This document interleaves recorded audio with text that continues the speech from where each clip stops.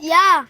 Oh, Kasi oh. rin daw po sa'yo si Papa, 1,000. Sana all. Ito po yung Ano to? reference. Reference? Sa'yo ba yun? Sa kanya ba yun? Apo. Oh, may charge yun, Jacob, 15 pesos. Kumahal naman po yan. Matagal na yun. Palibasa, puro ka utang dito, kaya wala kang alam. Oh. Ano? Ito, Ito na, sige. Andito na nga. Ayun yung ano. Ano to? Ayun yung ano tawag dito. Yung resibo ng bahay namin. Oh, sa ano to ha? Sa Maynilad to ha? Oo. Tubig, babayaran? Oo, bubayad na ka. O may charge ulit to. Ano? Ano? 30 pesos. Bakit di ka pa po yumaman yan?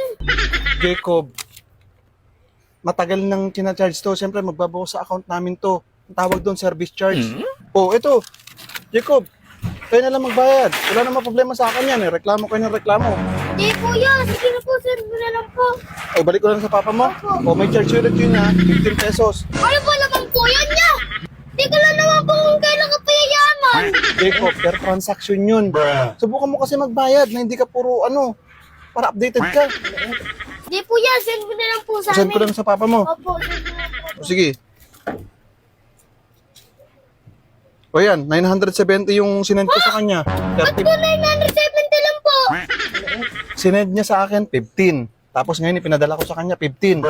Oh, Ya, di ko lang po alam kung kailan ka po talaga yayaman. Jacob, per transaction yun. Try mo rin kasi magbayad na hindi ka puro reklamo na reklamo para updated ka.